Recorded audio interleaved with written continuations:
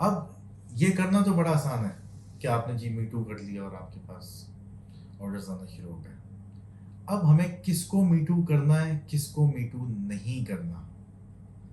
ये जो नहीं करने वाली बात है ना, दैट्स अ मेन थिंग। ये इसी गलती की वजह से लोगों के अकाउंट बंद होते हैं, ब्लॉक होते हैं। अब हम एग्जांपल लेते हैं एक ब्रांड की। अब जो लोग मुझे ग्लोबली देख रहे हैं वो इस बात को थोड़ा गौर से सुनिएगा कि ग्लोबली मी टू कैसे होता है।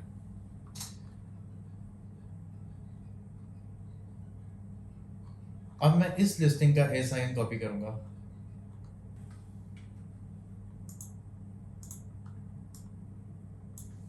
Copy, search. यहां पे लिखा आ रहा है अप्लाई टू सेल। क्यों लिखा आ रहा है? क्योंकि this brand has a trademark. यह आपको इजाजत नहीं देगा जब तक आप इससे इजाजत नहीं लेंगे। अब परमिशन कैसे लेनी है? परमिशन आपने क्लिक करना है simply apply to sale. Apply to sale के अंदर ये हमसे पूछता है क्या आपके पास ऑथराइजेशन लेटर है इस ब्रांड का। वो आप रिक्वेस्ट करते हैं, आप इस ब्रांड की वेबसाइट के ऊपर जाएंगे, इनसे कांटेक्ट करेंगे और इनसे डिस्ट्रीब्यूशन मांगेंगे, इनसे ऑथराइजेशन मांगेंगे। और अगर ऑथराइजेशन नहीं है, डिस्ट्रीब्यूशन नहीं है, you can ask for the invoices. आप इनसे परचेज करेंगे। जब आपके पास ऑफिशियल इनवॉइसेस आएंगी, आप वो अपलोड करेंगे तो अमेजोन आपको इजाज़त देगा ये ब्रांड सेल करने की। ये कब होगा? जब एक आप भी लीगल एंटिटी होंगे, एलएलसी होंगे, एलटीडी होंगे, और सामने वाला भी एक लीगल एंटिटी होगा। आप सिंपली क्लिक करेंगे रिक्वेस्ट अप्रूवल। जो भी डॉक्यूमेंट आपके पास होगा यू कैन सिंपली अपलोड। साथ साथ पढ़ते भी रहें कि वो क्या मांग रहे हैं, वन ऑथराइजेशन लेटर या फिर वन परचेज इनवॉइस। आपके पास जो मौजूद है, बट 180 दिन के अंदर होनी चाहिए। ऐसा नहीं है कि 2 साल पुरानी, 3 साल पुरानी इनवॉइसेस या ऑथराइजेशन लेटर आप अपलोड करते हैं। अमेजोन वेरिफिकेशन करता है। इसी तरह से आपने, अगर आप इंडिविजुअल सेलर हैं तो आपने इस चीज़ को अवॉइड करना है। आपने ऐसे सेलर्स को मीटू नहीं कर लेना। किसको मीटू नहीं करना आपने? जिसके ब्रांड नेम के अंदर स्टोर का वर्ड आ रहा हो, द वर्ड स्टोर। क्यों? क्योंकि मुझे ये पता लग जाएगा कि इस ब्रांड के पास ट्रेडमार्क मौजूद है।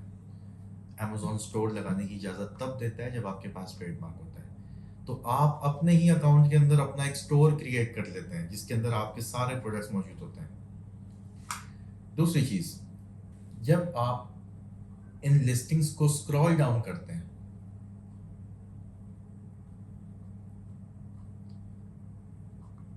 तो इनकी डिस्क्रिप्शन के अंदर इमेजेस होती हैं, इनकी डिस्क्रिप्शन के अंदर वीडियोस होती हैं।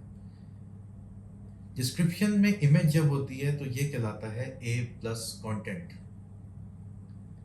इसकी इजाज़त हमें अमेजोन से तब मिलती है जब हम ट्रेडमार्क लेते हैं। मैं ट्रेड लाइसेंस की बात नहीं कर रहा हूँ, मैं ट्रेडमार्क की बात कर रहा हूँ। ट्रेडमार्क हर कंट्री का सेपरेट लिया जाता है। ऐसा नहीं है कि मैं यूएस से ले लूँ, यूएई में चला लूँ, या यूएई से ले लूँ, सऊदी अरब में चला लूँ, क्योंकि ट्रेडमार्क की फीसेस जाती हैं डायरेक्टली गवर्नमेंट को। और उस ट्रेडमार्क के नंबर को आप जब अमेजोन में डालते हैं, that's called a brand registry. बहुत लोगों को ये कंसर्न रहता है कि जी क्या डिफरेंस है ट्रेड लाइसेंस में, ट्रेडमार्क में, ब्रांड अप्रूवल क्या है, ब्रांड रजिस्ट्री क्या है। तो वो नंबर जब आप डालते हैं तो अमेजोन आपके जो बेनिफिट्स हैं इस पोर्टल के ऊपर वो डबल कर देता है। ये कहलाता है A+ कंटेंट। तो कभी भी आप A+ कंटेंट देखें किसी लिस्टिंग के ऊपर, उसको आपने मीटू नहीं करना है। इट मींस कि इसके पास ट्रेडमार्क मौजूद है।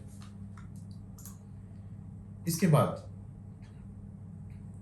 कभी आप देखें किसी प्रोडक्ट को अमेजोन खुद सेल कर रहा है। Let's say this is the product और यहां लिखा आ रहा है सोल्ड बाय amazon.ai। अगर लिखा है ships from amazon.ai, it means कि ये सेलर जो है ये FBA कर रहा है। लेकिन जहां लिखा आ जाए sold by Amazon, it means कि अमेजोन इजाजत नहीं देगा आपको, और ना ही आप अमेजोन के रेट्स को बीट कर सकते हैं। तो ऐसी लिस्टिंग्स को भी आपने मीटू नहीं करना, चाहे amazon.ae हो, यूके हो, यूएसए हो या amazon बेसिक्स हो, आपका अकाउंट रिस्क पे चला जाता है। ये मीटू एक ऐसी चीज़ है जिससे इंसान जल्दी अट्रैक्ट हो जाता है।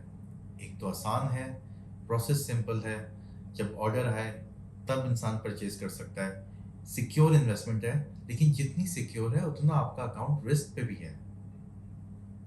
आपको नहीं पता होता कि किसके पास ट्रेडमार्क है, किसके पास नहीं है। ये कंप्लेन कहलाती है इंटेलेक्चुअल प्रॉपर्टी राइट्स, कि राइट्स किसी और के हैं, इन्वॉल्व आप हो गए। तो इसलिए ई स्टेशन हमेशा कहता है आपको कि आप प्राइवेट लेबल को इनकरेज करें। लेट्स से मैं इसको मीटू करता हूँ और कल को ये सेलर जो है ये इसकी इमेजेस चेंज कर देता है या XYZ ट्रेडमार्क ले देता है, तो मेरा खरीदा हुआ स्टॉक, मेरे एफर्ट्स, जो ड्यूरेशन मैंने लगाया, वो जीरो पे आ जाता है बिल्कुल। इतनी मेहनत आप अगर अपने प्राइवेट लेवल के ऊपर करें, अपनी ब्रांड बिल्डिंग के ऊपर करें, तो एटलीस्ट वो आपके एसेट्स हैं, आपके राइट्स होंगे उसके ऊपर। इस तरह से बहुत सारी ऐसी चीजें जो हम आगे भी डिस्कस करेंगे related to wholesale, related to private level. Lecture number 10 के अंदर हम डिस्कस करने जाएंगे प्राइवेट लेबल, किस तरह से हमने बारकोड एग्जेम्पशंस लेनी है और अपना प्राइवेट लेबल ग्लोबली हर कंट्री के अंदर लॉन्च करना है। Wish you all the best, practice करते रहिएगा। इन सब चीज़ों की वीडियोस देखने से कुछ भी नहीं होना, आपने इसकी प्रैक्टिस करनी है। Wish you all the best, अल्लाह हाफिज़।